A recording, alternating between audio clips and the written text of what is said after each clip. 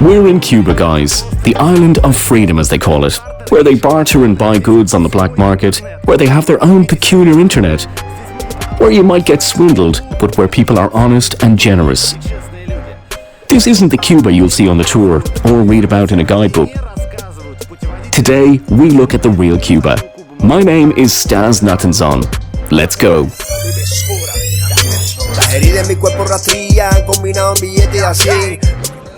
They say that when Fidel Castro got captured, after his 26th of July attack on military barracks, he had just 2 books with him in prison. One was Marx's Capital, and the other was Stalin's biography by Trotsky. A very anti-Stalin biography. But I doubt if his guards would have known that. So when they found those 2 books on him, they must have thought to themselves, no idea what this capital business is, but Stalin, that's definitely bad news. And so they took that one away. Had they taken the other one instead, who knows how history may have turned out. In fact, in the beginning, Castro was neither Marxist nor communist. He spoke about that in 1957 from his hideout in the Sierra Maestra Mountains, where he was planning his revolution. There is not communism or Marxism in our idea. And in his first year in power, he repeatedly insisted on that point. Very good. Not communist at all. I have said very clear that we are not communists. His first international state visit was, of course, to the US. New York's Pennsylvania station rarely has seen anything like it. Only the magnetism of a Castro could produce it. For this is the spontaneous, oh for sure, unrehearsed enthusiasm greeting the Cuban premier, bearded Fidel Castro. In New York, he was romantically hailed as a hero. Women throwing themselves at him, men queuing up for his autograph, children wearing fake beards to look like Cuban revolutionaries. His photos, eating a hot dog, enjoying an ice cream, or stroking a tiger, were all over the front pages. Here he is holding one about a plot to have him killed, laughing genially. Incredibly charismatic, isn't he? But there was one person who wasn't quite taken with him, his host, Richard Nixon. He meant to use the publicity to win the US elections, not to make Castro into a national sensation. But Castro and his Cuba, the romantic island full of handsome bearded revolutionaries, firmly captured the popular imagination. Modern hotels, gambling casinos, exotic restaurants, department stores, and office buildings. To most American visitors, this is Cuba. That is, it's all of Cuba they usually get to see. It isn't Cuba at all, of course, it's a... Before the revolution, Cuba used to be Americans' first choice for holiday destinations. All the things you couldn't get in the US were easy to get here, including gambling and girls. Since Prohibition, the island had become the haven for American mafia, who later started building their casinos and luxury hotels here. The kingpin of the Cuban underworld was the notorious Meyer Lansky, aka the mob's accountant. His biography was recently adapted for the big screen, with Harvey Keitel as the titular character. They still consider you part of the underworld. We weren't the underworld. We were the overworld. For his crimes, Lansky was deported, and so he moved to Cuba, striking a deal with President Batista to help him turn the island into a gambling paradise. On December 22nd, 1946, he held here the so-called Havana Conference, almost like a UN conference.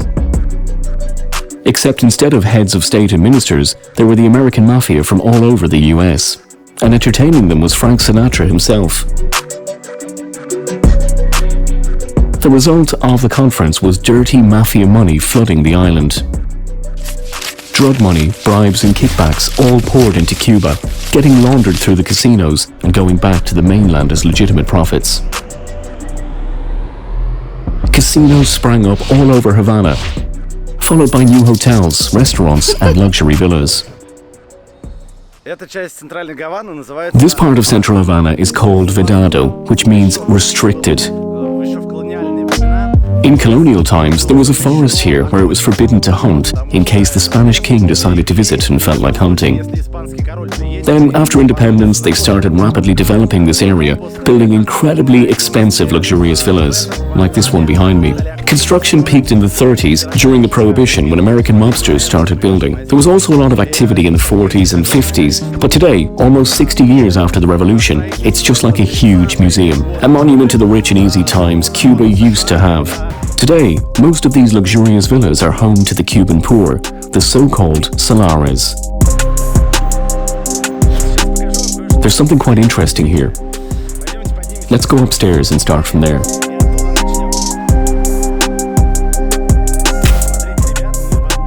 Look at this, guys. We're in one of the villas in central Havana. A majestic old mansion. Just look at the elaborate plasterwork. But that's not why we're here. Here's the fascinating thing.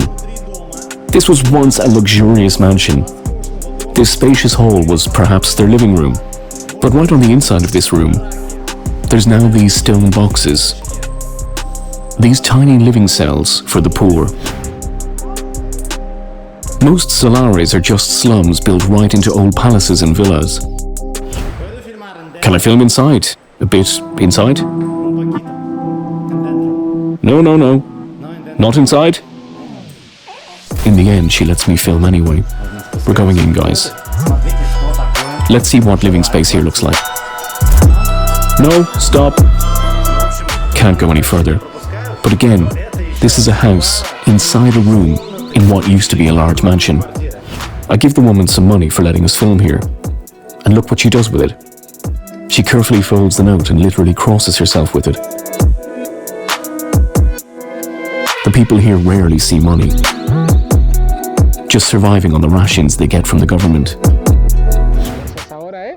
Sometimes, yeah, you're just like tearing your hair out.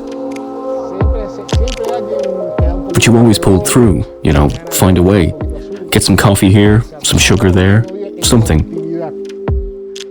The community helps, you know. Like, hey, lend me 10 pesos, I need to pay there. And we all do. We say that's the way it all works. That's really the key of how we are in Cuba. It's helping each other. So like tomorrow, I tell you, hey, I've made some soup, come join. And you know that. Great, I don't have to buy food today. So you can save some money for another day. It's solidarity, you know? The best thing about us Cubans, we support each other.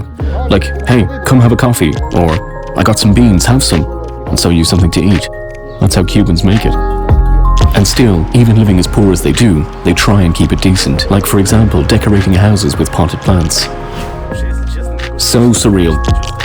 Walking down the street inside a building. Look, this one's a house, and there's another house, and all inside a bigger house. First time I've seen something like that. How many families live here? Here? 7 families in this room. Used to be a painting on the ceiling, right? This used to be some sort of grand mansion? Yeah, for rich folks. Rich folks' mansion. How many years ago? Centuries ago. And now there's many families living here. Poor families. No riches left. No. Just poverty. Look, somebody's built a little fence here. Made a patio of sorts. Seems like it's these 2 families. Nice. Even among the poor, there's different classes. There's poor, and then there's poor with their own patio. On top there are water tanks, because in Havana, only the wealthy neighborhoods and tourist areas have running water.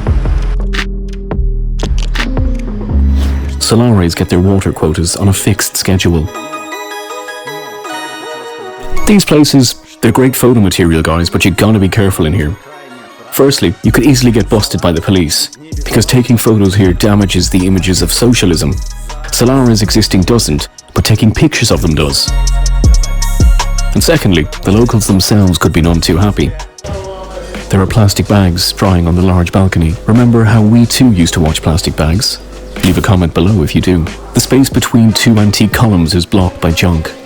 Behind this wall, there's another flat. Let's step into one of those.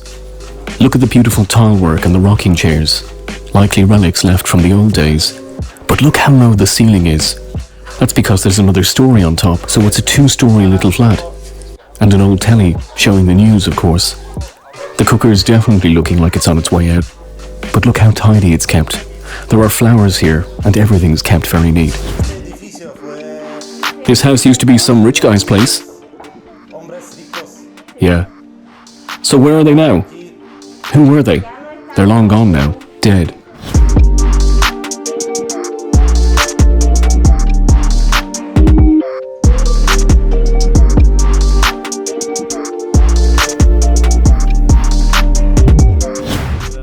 This house is almost completely collapsed. And still, there's people living here. Hola. This old lady tells us that she goes to sleep every night afraid that the ceiling's going to collapse on her. But for her and her old man, there's nowhere left to go.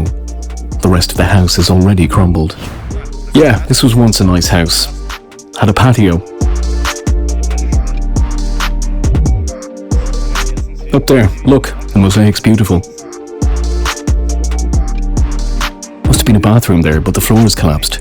The crazy thing is that there's still people living in the remaining rooms over there. Yeah, many homeowners would have actually restored them on their own, if only they had cement and bricks. But you can't just go and buy building materials in Cuba.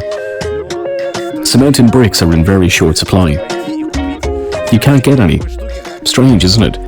I mean, you'd think bricks are just hardened clay. But hey, that's Cuba, baby.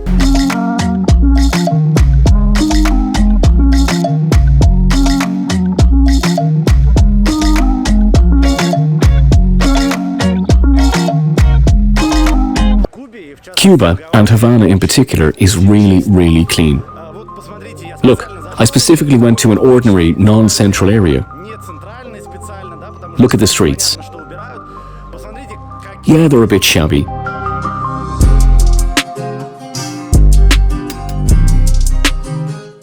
But there's no rubbish. The streets kept clean. Also, Cuba is really, really safe. Especially considering how really, really unsafe the rest of Latin America is. You know, Cuba reminds me of an elderly university professor. He may not have a lot of money anymore and he can't buy new stuff, but he still preserves his dignity and self-respect. Self-respect is really one of Cubans' key attributes. You'll rarely find anyone untidy in Havana. The cars are spotless, no graffiti or mud in the house entrances. A great example, during Barack Obama's state visit to Cuba, when the US and Cuba were starting to patch up their relations, Fidel Castro famously didn't let the US president pat him familiarly on the shoulder.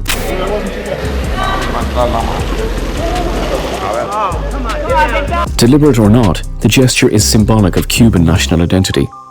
But the president's visit did make a real difference then. Western bands started giving concerts in Havana. American tourists started coming back. The internet became more accessible. About the Cuban internet, at first it was only available in parks and public spaces.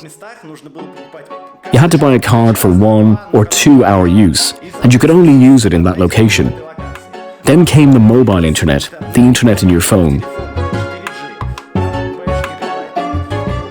The 4G, where you buy gigabytes of traffic. There's still no home internet in the traditional sense in Cuba. But there kind of is, anyway. Like with all things in Cuba, it doesn't exist, but it kinda does. In this house, there is wired internet connection, but the way it works is bizarre. This wire comes out into the street, then there's a powerful signal booster which pulls data from the nearest park and feeds it back here. You buy a card like if you're sitting in the park, but you're actually using the internet at home. That's the kind of home internet they've got here. However, lately that's been changing. 2021 saw Cuba's largest protests in years.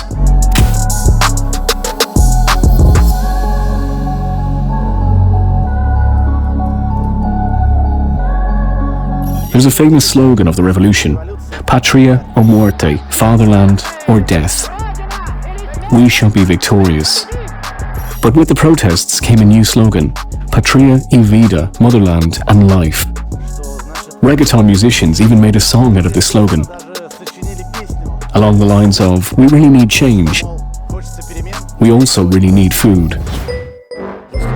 Reggaeton is the most popular music style in Cuba. In total scarcity of resources, without essential equipment, Cuban musicians make the utmost of what little they have. You'd never think it, but behind this rusty fence and this shabby door hides one of Cuba's largest recording studios. This is where the Juriquitos record. El Juriquismo is a new popular youth movement in Cuba. The guys who listen to reggaeton. Reggaeton is a mix of hip-hop and salsa. De mi mente sacaste y no lo consigo. A veces suelo pensarte cuando estoy en mi cama y sé que haces lo mismo porque sé que me amas. Ole, coja aquí. Princesita de cristal. These guys are the Juriquitos. There's no simple translation for it, but the guys themselves are easily recognizable. Young and stylish, you'll find them hanging out in any square in Havana. What's a Juriquito? What's it mean? Can you explain it to me? Juriquitos, or El Juriquismo, it's this thing, you know? You snap pictures and shoot vids and sort of make a journal, yeah? But why is it El Juriquismo? What does the word mean? What is a Juriquito? Man, the dude's thick or something. Can't you explain it? What is El Juriquismo? And who's the Juriquitos? Because it's El Juriquismo. Get it? No fucking meaning. Hey, what up here? Who's Juriquitos? What's he saying? He just wants to know. He's Russian. Fuck Russian. I don't speak Russian. Yeah, I'm from Russia. Ah, he speaks Spanish. You want to get what's Cuban Juriquitos? I do. I want to get it. A Juriquito, he snaps a lot of pictures, yeah? Posts pictures with cool comments, films cool stuff, you know? That's who's Cuban Juriquito.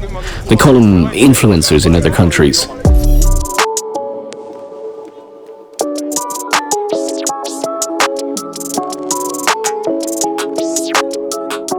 So what's the main thing about the look of a Juriquito? The hairstyle. See our cool haircuts? Curls in rows, see? Yeah. What else? Long hair. Highlights or perm like this. And highlighting like that. Look, all cool guys do that. And all reggaeton guys, they all have highlights. Or just cut out a ball sack on their heads. That's Marga, man. He's a real gangster. So I can never be a Juriquito with my haircut? Nah, man, you're a rocker. Real rocker. And where do you guys get your sneakers? Where we can find him. Snatch him on the Caridad market, if we can find him. Gotta look in the La Cuevite. Man, it's nuts how hard it is to get stuff here. Costs like half a house. Nuts. Whoa. To get a new pair, I have to take your camera and trade it, you know? Sorry guys, I can't give you my camera. Hey, I see some of you guys have metal teeth. It's also about El Juriquismo? Nah, that's rapper stuff. Like him. Hey, show him. Yeah, let me see. Nuh-uh. Hey, get off, no. Come on, man. Him too, look. Let me see. This means I'm a rapper. The guys who push stuff, you know? They've got teeth. Yeah, like real heavy stuff. The fuck, dude? So the Juriquito are kind of the hipsters, or perhaps, better yet, the Soviet Styliagi. So what's reggaeton then? Reggaeton is the Cuban music. The real Cuban music. The energy, the beat, the drums. That's reggaeton. It's the music that tells it how it is on the street. And who listens to it?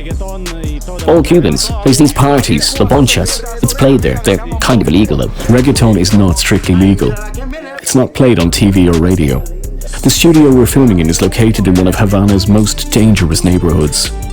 This is Paraga, in the Arroyo Naranjo municipality, which neighbors San Miguel de Padron. These two municipalities are considered the most dangerous in Havana. There's so many so-called Ilega Ipon, or come and stay here, the Cuban slums, with no power, no water, and no sanitation. Wait, I thought there weren't any dangerous neighborhoods in Cuba. There are now. This one's dangerous. And that one's even more dangerous. It's not all safe in Cuba now. Yeah, but I can still walk alone in the center late at night. I'll be okay, right? You can, there. You can walk all you like in Old Havana. But here, have you seen any cops here? No. But maybe it's just that there's no police right now. There's never any. What? Never? Maybe once, like one patrol car went through. I don't know, but Nah, no police here. People here make their own laws. One of the guys takes out a US flag he has on him when he spots our camera. That's how the Cuban youth really see the US. As expected, you can buy anything on the street in these places. Also, as expected, these places are alive with the amazing sounds of local rap. No soy Lucifer, pero es que me vuelvo loco. Y todo un éxito a la música que yo toco.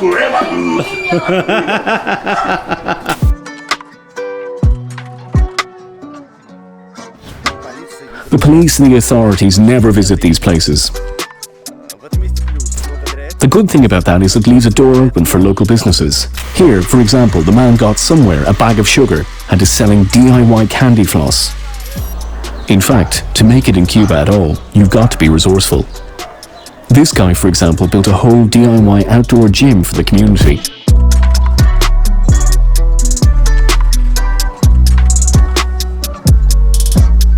Some say that Cubans live so poorly because they're lazy. They don't work much. They just have fun, fiesta, parties, and so on. Lazy people, in short. But guys, how the hell is this lazy? It's 7 a.m. and look, people are queuing up here. There's some chicken getting thrown out. So you queue up here for God knows how long, then you get into that queue, that one's for bread. You run, pick up the chicken, then run, pick up some bread, then run somewhere else to pick up some butter if you're lucky enough that some shop nearby is throwing some out. And you run home to feed the children. And after all that, you still gotta be at work by 9 a.m. At work, yeah, okay, you're barely working, because you're barely getting paid. But at work, you have to run your second job, your third, your fourth, etc., just to get by. Because the money they're paying you at your official job is not enough to cover anything. Cubans are not lazy at all. In fact, they're probably the hardest working people I've ever met. Simply because they have to hustle every second of their lives just to survive. The thing about Cubans being lazy just isn't true. Look at the Cubans abroad. They work hard and they work a lot. But the thing is, Cubans here do feel frustrated and unhappy about their jobs. Because the money they earn doesn't cover anything they need. I work hard, but I don't get anything for it. I can't help my family, or take them on a holiday to Vinales. But that's just my case, and I'm a trained professional. I'm a mechanical engineer. I work hard, but I live, I live worse than a school kid who speculates on the street. How much do you make? How much? I'll tell you. 4,410 pesos a month. 4,400? Not even enough for meat. If you go for meat, a pound is 250 pesos. So if today I buy meat, tomorrow I go hungry. So how do you manage it? How do you get food? It's complicated, It's like magic. You come up with something. Telling it all, it's too sad, really. But you see, I think people might start writing to me like, Stas, you said that everything in Cuba is expensive and the wages are very low, so how come people are still buying it?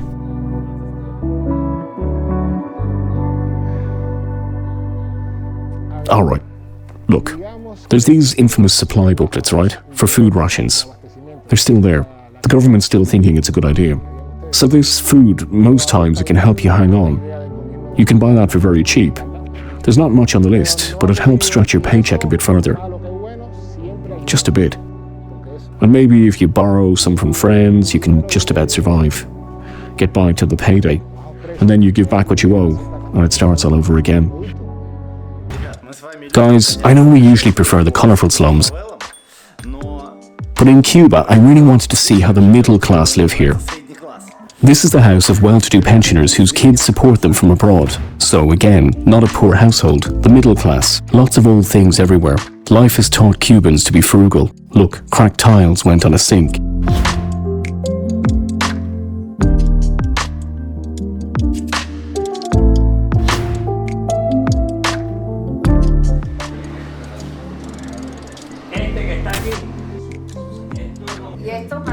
This is all old family things, my mother's, and we're still using them. This is the house of Rebecca and Fernando. She's an artist and he has a political blog. And this shelf stand I got from my friend when she was leaving Cuba. And the cabinet is from 1925, bought by my grandmother. It used to be a bedroom dresser, but I use it in the kitchen. This fridge was made in the US, a 1949 Admiral. It still works great. People from the Committees for the Defense of Revolution came and suggested I swap it for a Cuban one. But I said no. They said, but Sonora, it eats up a lot of power, but that's my choice. I pay the bills. So I said I wasn't going to swap it, and I didn't. And now I have my clients, the tourists, asking me to take pictures with it. They say, when was it made? And I say, 49. And it's still working? Still working, yes. I myself am from 39, and still working fine. We've become a country with no industry. We used to be one of the world's leading economies. I'm not sure if you know that.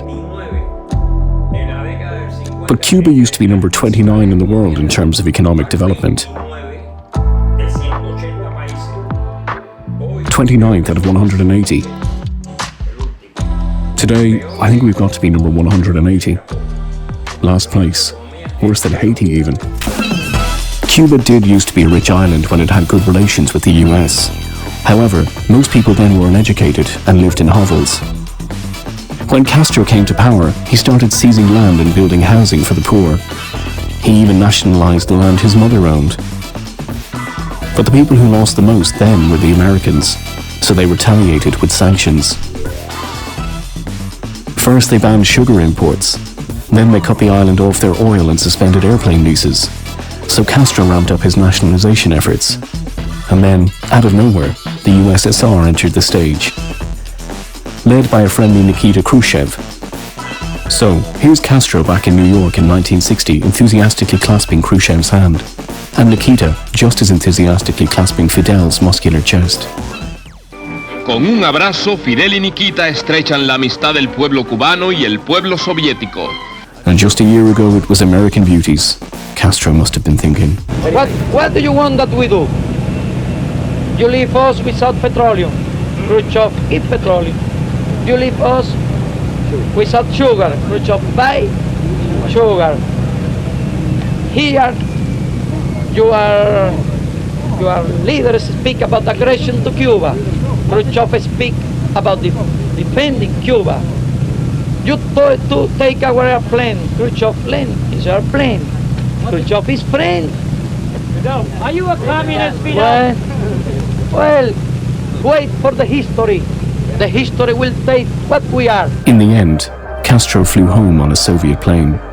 The DC didn't take kindly to that. So, in April 1961, the CIA launched a military operation against Cuba, the so-called Bay of Pigs invasion. But the US task force was swiftly defeated by Castro's military. The US-Cuba relations broke down. This is the air defense system that took down a U-2 US reconnaissance aircraft. Over there is all that's left of it. The U-2 planes were the ones that discovered Soviet nuclear missiles in Cuba. The incident that started the Cuban Missile Crisis. The Soviet missiles were transported to Cuba in a covert operation aboard several ships taking different routes. The military were wearing plaid shirts. It was a kind of identification, friend or foe system. They wore these shirts even while on march. It was a Soviet response to the US missile deployment in Turkey. In those 2 weeks in October, the world was perhaps the closest it's ever been to total annihilation.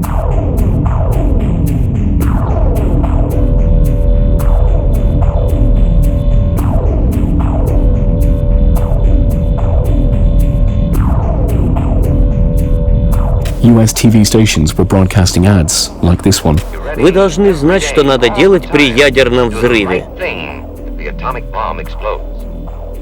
Нырнуть и спрятаться. The Soviets, meanwhile, had just tested their 100 megatron Tsar bomber developed by Andrei Sarkov. Khrushchev joked about the tests.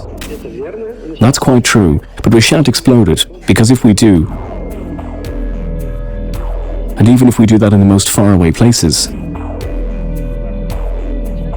our window panes might fly out. The US then announced a quarantine of Cuba, as they called it, or the US blockade as it's known in Cuba.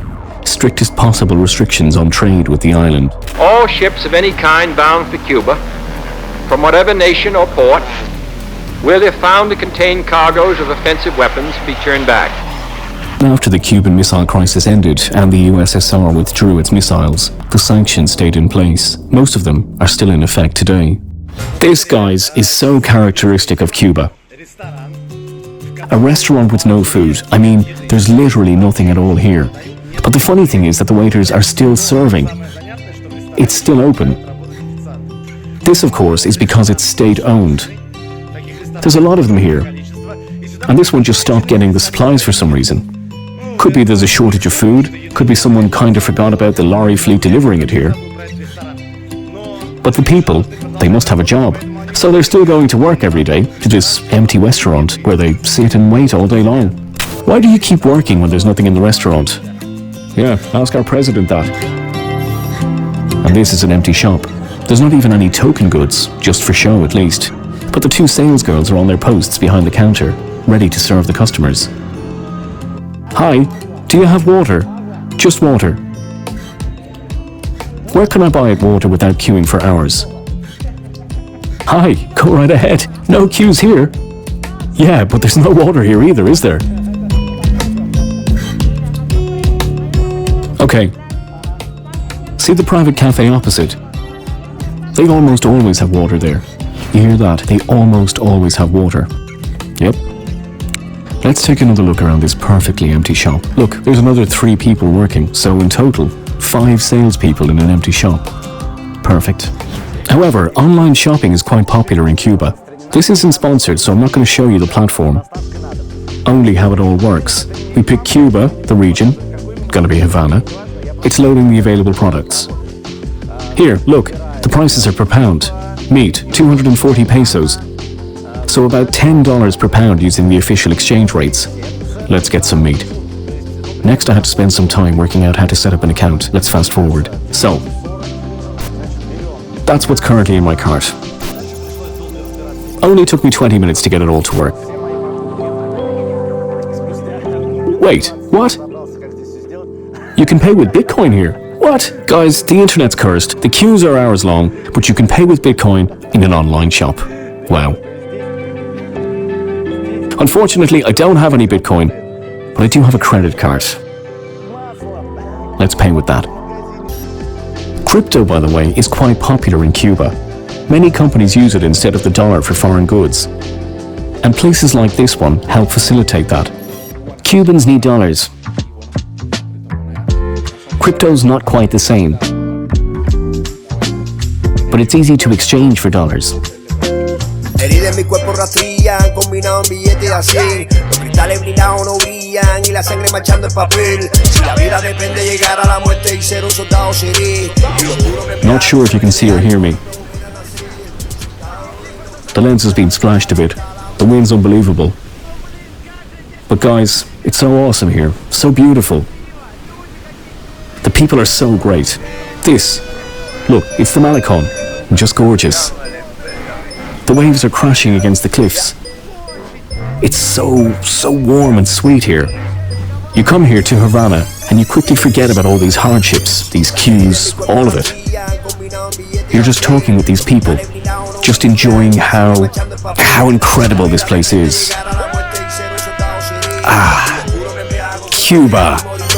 Las heridas en mi cuerpo rastrillan, combinado en billetes de 100. Los cristales blindados no brillan y la sangre manchando el papel. Si la vida depende de llegar a la muerte y ser un soldado seré. Y lo juro que embriago, suerte leal y morir no ven a nacer. Soldado de la oscuridad, leal hasta la muerte. Sicario de las almas que se puren por romperme. Esclavo del gatillo y tú me dices ya. Traicionale atrás y chaca pa' que te vaya. No creo en sicario, no creo en la muerte. Me dan un disparo que sé en la frente. Que soy millonario, que no te lo cuente. Que gasto en la puta, que soy delincuente. Comprendo la vida que ocurre en mi mente. Un cuadro de tortillas, me chupo los dientes. Me matan a palo, peleo de frente. No digo mentira, que no te lo inventes. Que ando borracho, que fumo con pipa.